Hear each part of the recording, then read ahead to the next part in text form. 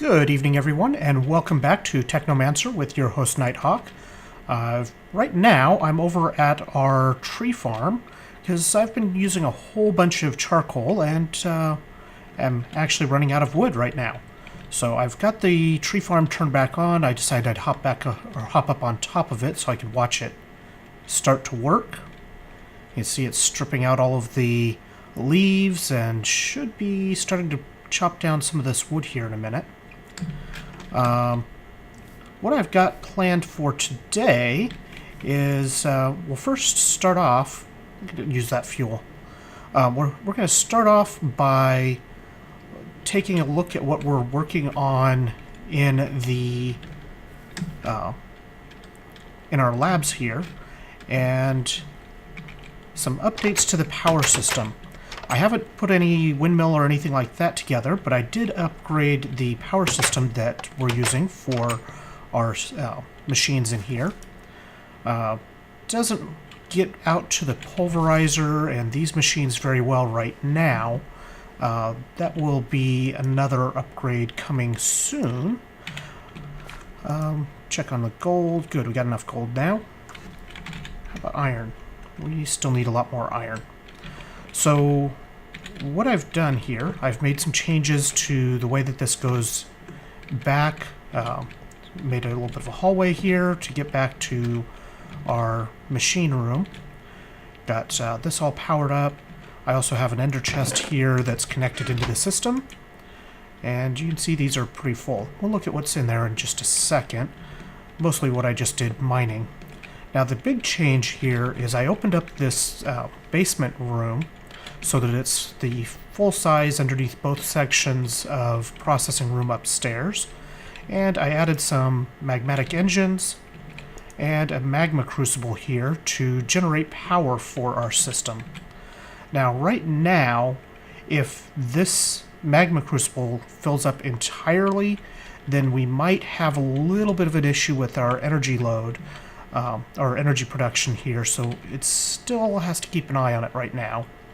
What I'm planning to do, though, is convert all of this energy here, the energy production, or actually transmission, I should say, from using all of these gold conductive pipes to use redstone energy cells, or conduit, because that will protect our engines from exploding, or actually the engines won't explode, they'll just get jammed up, but it'll protect us from having these pipes explode or anything like that.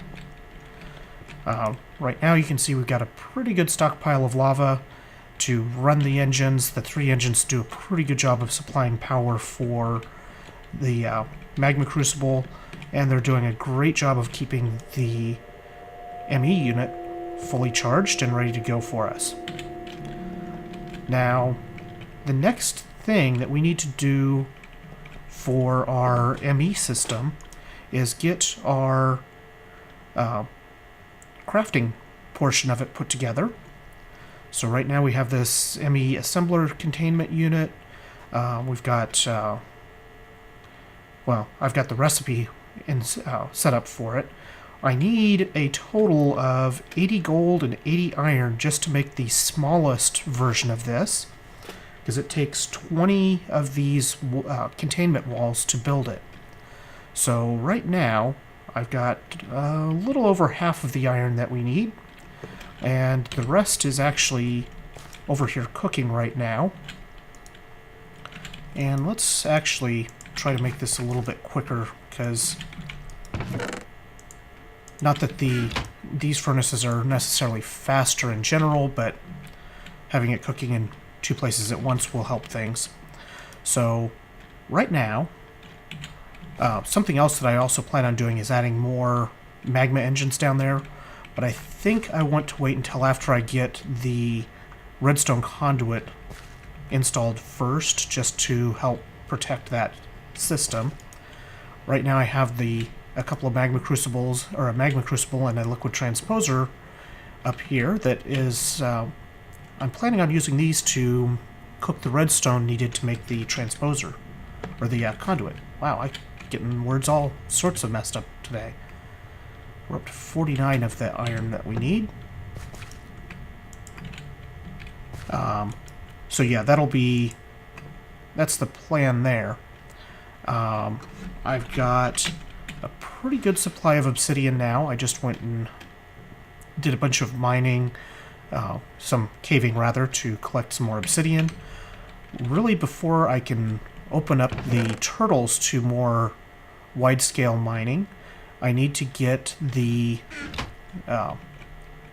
our applied energetics system built up a bit more, so that we can have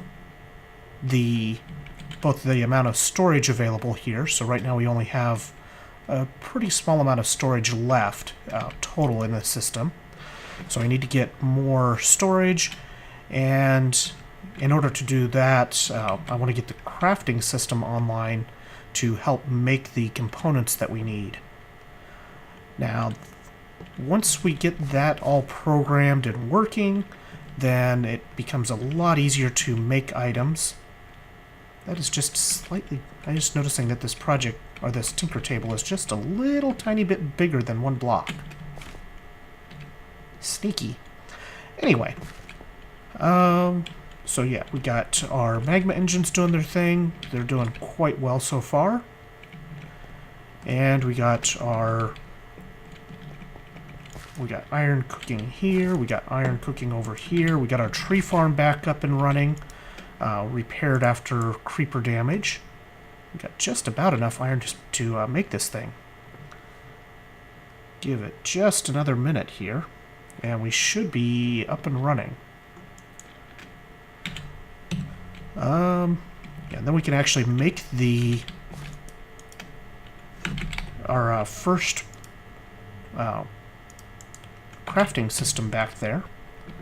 And I think where we're going to end up putting it, I may need to move... I'll probably end up moving that ender chest over here somewhere, maybe. And then we'll set up our crafting system, I think, right there. Actually, you know what? Let's do something a little bit more interesting with it. Let's prepare a place. So the first one that we're going to build is going to be 3 by 3 by 3. This is the smallest that you can make this particular device. You can make them bigger. The inside, the hollow inside of it, if you make it bigger, will... Actually, do I have enough? I don't know if I have enough cable. I'll have to make some more cable. Sidetracked. If you make the inside of the of your crafting system bigger, then you fill it with more of the either providers, pattern providers, or more where'd it go? More crafting CPUs. Either one. The crafting CPUs make it faster, and the pattern providers make it hold more of the patterns. And then we also need to make a bunch of these blank patterns, which we're going to go through a lot of glowstone with this, but once we get up and running here, we'll be able to go collect more glowstone, and we're also going to need to collect some more netherrack, because right now we are actually a little bit low. Let's go make sure that this is that the magma crucible stays full. It's almost full of lava, which will let it fully charge. Okay, we've got enough iron now. So let's make 20 of these. And hopefully I did my math correctly, and 20 will be the amount that we actually need. And then we'll set these first. We're going to kind of tuck it back in here. And basically, that doesn't go there. The design here is similar to the iron tanks, in that you have a framework here, and you fill in the framework with these heat vents. And then the center of it gets this pattern provider. Put one of those there. Put the heat vents in. And there we go. You can see it changed the shape, and we now have a molecular assembler chamber. So if you put more of the pattern providers in, then you get more space here for more of the chips. So now what we need to do is start making some of these blank patterns. Where to go? So we need quartz, some glass, some glowstone, and iron. We've got the iron here. Let's put that across. Put our glowstone in.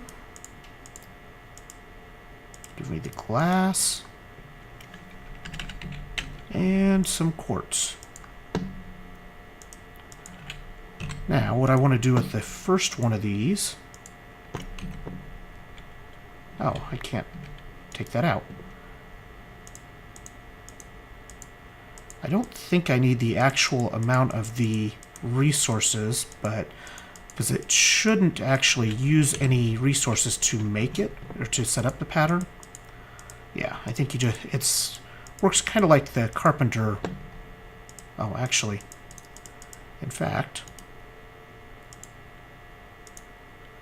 what we need is just like that. Put that in there. And there we go. We're going to put this blank pattern here and encode it. And now we have an encoded assembler pattern.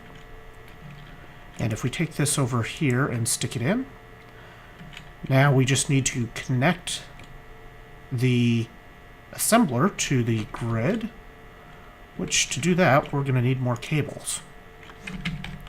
So right now we have 4 of these cables, and that's not going to be long enough. And I think I also need to go ahead and move this ender chest, because if I have it there, then I'm not going to have a very nice cabling scheme here. It's not quite the way I had... not quite ideal for the cabling. I need 2 more cables. Okay, so we're going to make some more quartz fiber. Grab this. There we go. And some redstone.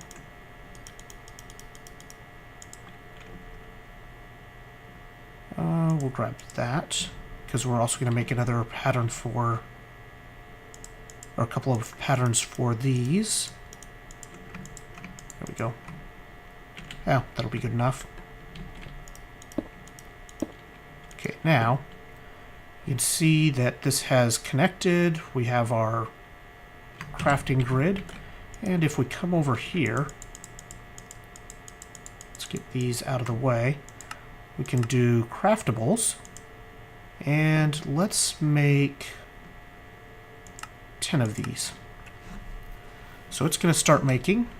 Now we can't really see what it's doing quite yet. The next... Whoa, that's not what we want. I got that stuck.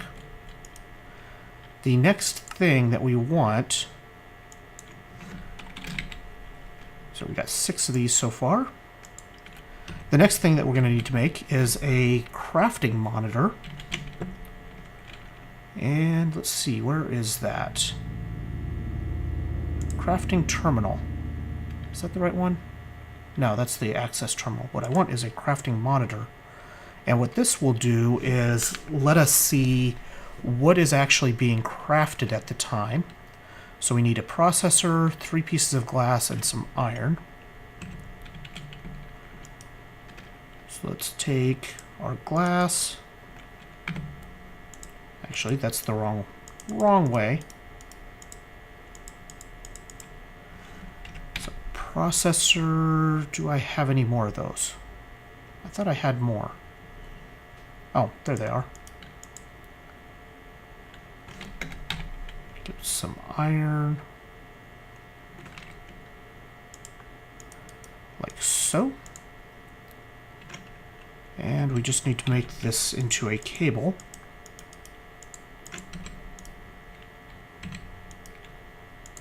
Oh, I already had one of those, but that's okay. Now, if we take this and come out here, let's put it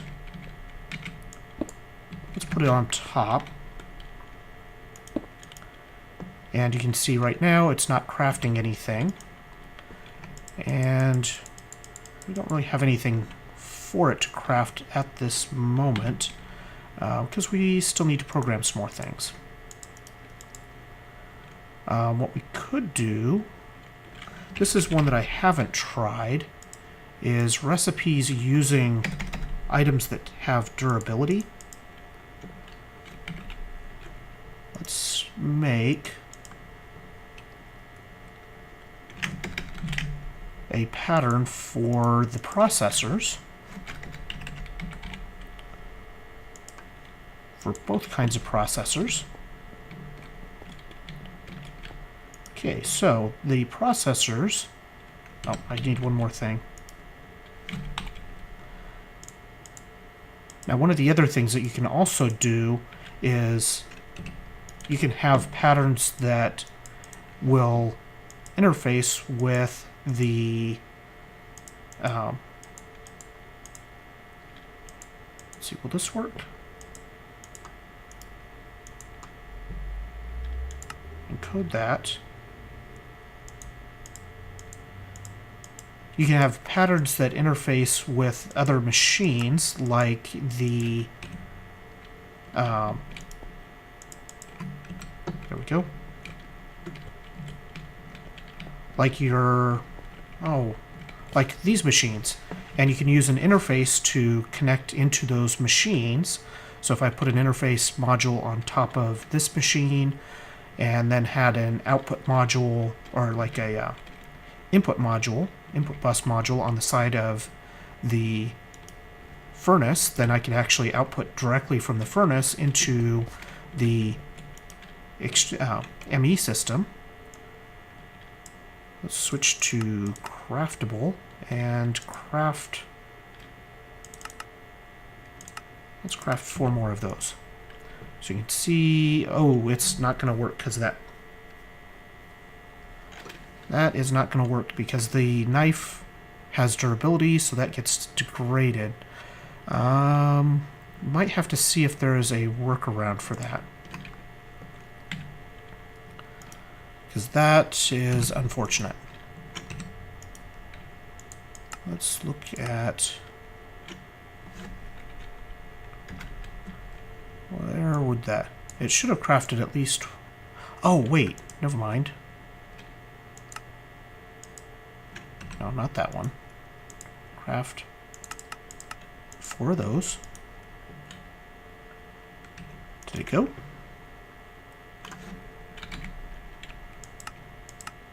Oh, it did work. So that's good. We can... I just had to actually put the knife back into the ME system. So we can make the processors in here as well. And then we just need to cook them once we get the rest of the system up and finished up, then and hooked into some of these machines with the provider modules. Then we can have one that hooks just to a furnace. If it could actually even be the same furnace if we needed it to be, but then it would just that interface would just say, okay, put the module in here, and when it's done, it will come out a processor, a basic processor. So now the next ones that we need to make patterns for are these storage cells, which they take the basic processor, so it will, for the time being, we'll have to actually supply that. Let's go continue making patterns here. And this ends up being a lot. There we go. A lot like the... wow, words just totally vanishing here. A lot like the logistics pipes in the way things work. So now we have a encoded assembler for the storage cell. Now the 4K takes 3 of those. So now if I put this in here, and I put processors in, I can make one of those.